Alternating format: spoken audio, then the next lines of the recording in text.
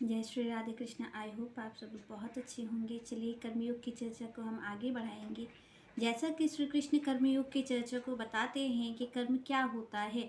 आप और हम कर्म के प्रति बहुत ही जो हम आप देखते हैं कि आप और हम कुछ भी कर्म कर देते हैं, क्योंकि हम कर्म के प्रति कभी भी सतर्क नहीं रहते हैं। आप और हम देखते हैं अपने जीवन में, रोज के जीवन में हम ये देखते हैं कि भगवान ने कह दी बहुत बड़ी बात। भगवान श्री कृष्ण गीता में कहते हैं कि कर्म प्रधान विश्व करी राखा, जो जस करहि तस फल चाखा।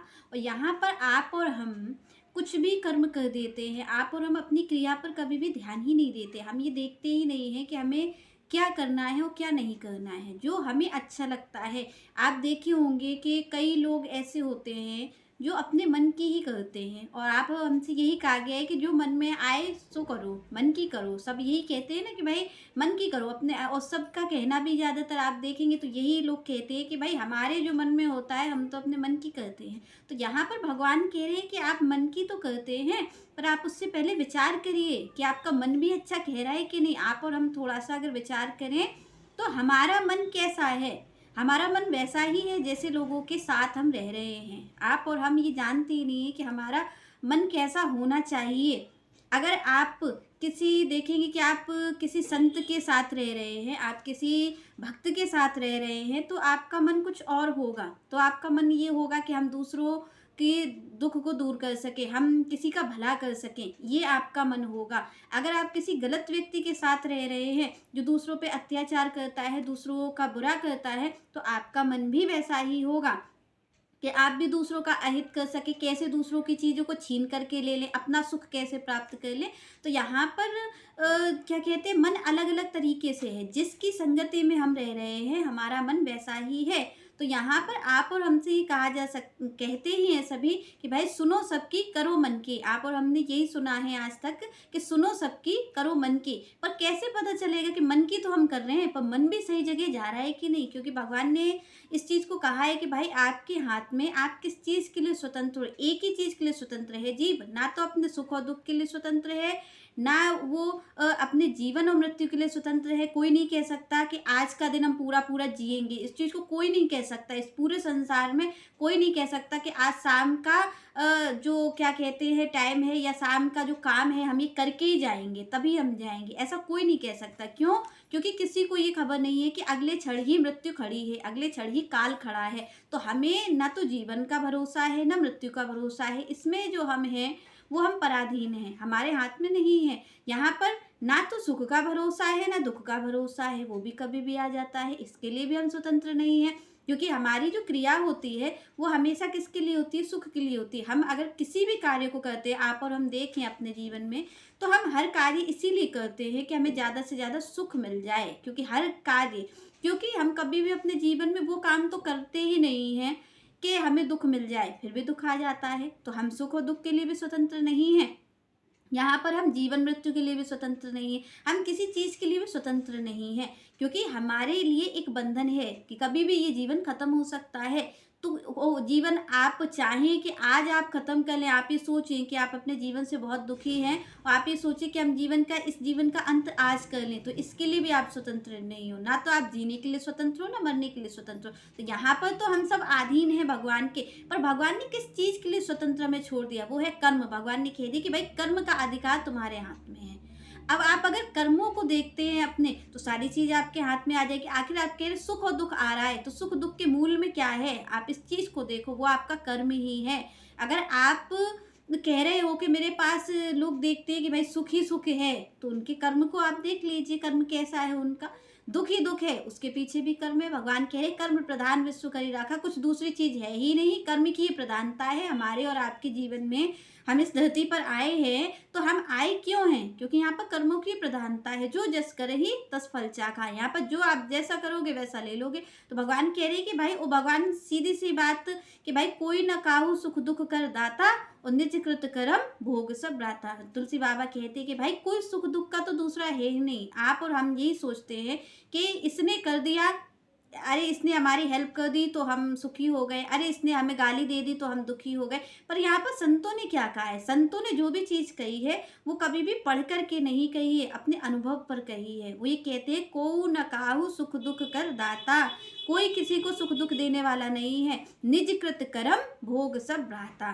तो यहाँ पर अपने कर्मों का ही भोग हम भोग रहे हैं। तो यहाँ पर आप देखेंगे कि भगवान ने कर्म की ही स्वतंत्रता दे दी। और यहाँ पर श्री रामचरितमानस में यही कह रहे हैं श्री राम कि को न काहू सुख दुख कर दाता, निज कृत कर्म भोग सब भ्राता। यहाँ पर भी कर्म की बात आ रही है, वहां पर भी आप देख रहे हैं कि कर्म की भगवान कह रहे हैं कि किस चीज का अधिकार है जीव को, कर्म का अधिकार है। यहाँ पर भी श्री राम यही कह रहे हैं कि भाई कोई सुख दुख का दाता नहीं है, कोई किसी को सुख और दुख नहीं दे रहा है, वो तो अपने कर्मों के ही उससे आ रहा है। तो आप और हम देखें कि भाई कर्म ही तो मूल है हमारा, हमारे आपके जीवन का जो कर्म है, हमारी और आपके जीवन की क्या चीज़ है, किस लिए हम यहाँ पर रह रहे हैं? सुख के लिए। हम और आप एक छोटे से छोटा बच्चा आप देख लीजिए, बड़ा देख लीजिए, बूढ़ा देख लीजिए, कोई भी आप देख लीजिए, आप उससे पूछेंगे कि भाई जीवन की क्या जीने की आपको ज़रूरत है, तो इंसान किसकी खोज कर रहा है? सुख की तो खोज कर रहा है। पर सुख है कहाँ?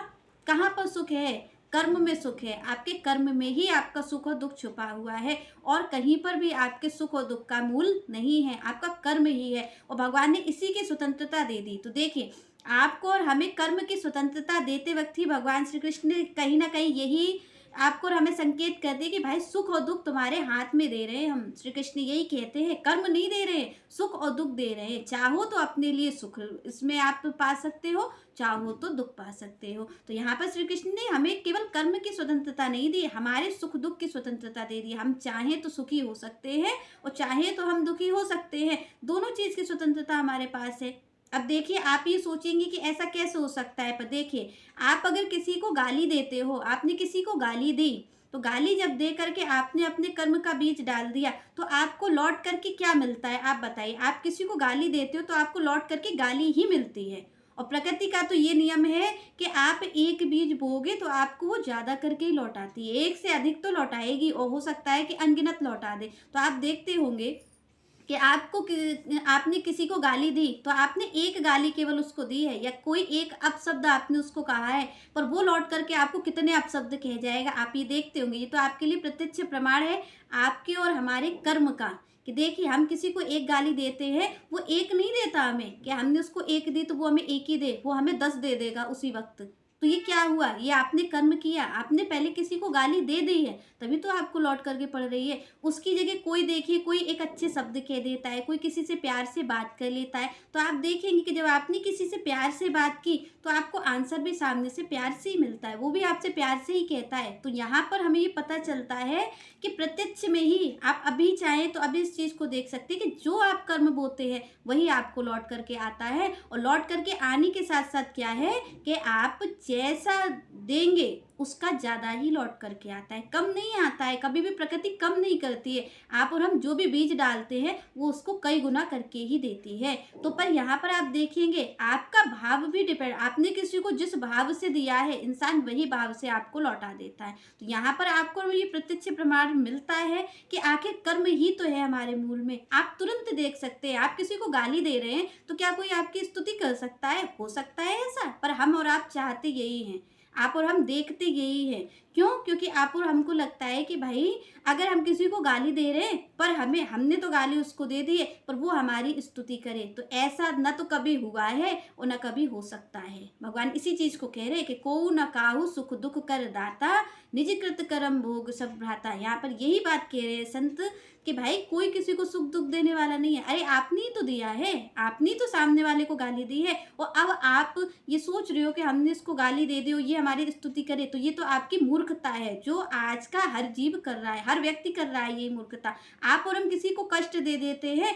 मान लीजिए आपने किसी एक अदर व्यक्ति को कष्ट दिया, आपने किसी दूसरे व्यक्ति को कष्ट दिया, पर आप क्या सोचते हैं कि वो कष्ट से आप बच जाएंगे? आपने जिसको दिया है वो बस यही है भगवान की माया कि भाई वो किसी न किसी रूप में आकर के आपको कष्ट दे ही देगा। आप किसी को तकलीफ दे करके आए हैं तो वो आपके अपने जन बन करके आपसे ले लेगी। प्रकृति है भाई, प्रकृति छोड़ेगी थोड़ी नहीं। आपके कर्म का बीज आपने डाला है तो वो आपको लौट करके आएगा ही आएगा। ये हो सकता है कि दूसरे रूप में आए। आपने किसी व्यक्ति को कष्ट दे दिया, किसी बाहर वाले व्यक्ति को कष्ट दे दिया, आप उसे जानते नहीं हैं, आपने तो उसको तकलीफ दे दी, पर आप उस तकलीफ से बचेंगे नहीं। आप और हम बच नहीं सकते। वो तकलीफ हमें या तो हमारे अपने परिवार का कोई हमें कष्ट दे करके जाएगा, या वो किसी बीमारी के रूप में आ जाएगी। जो तकलीफ का बीज हमने बोया है वो हमें लौट करके आएगा ही आएगा। और अगर हम किसी की सहायता कर देते, हमने किसी व्यक्ति को हम नहीं जानते, हमने उसकी सहायता कर दी, तो आप ये मान के चलिए कि आप पर जब कभी मुसीबत आएगी और आपने अच्छा बीज डाला है तो वो कोई ना कोई रूप लेकर के आपका भी धर्म संभाल लेगा, आपकी भी हेल्प कर देगा।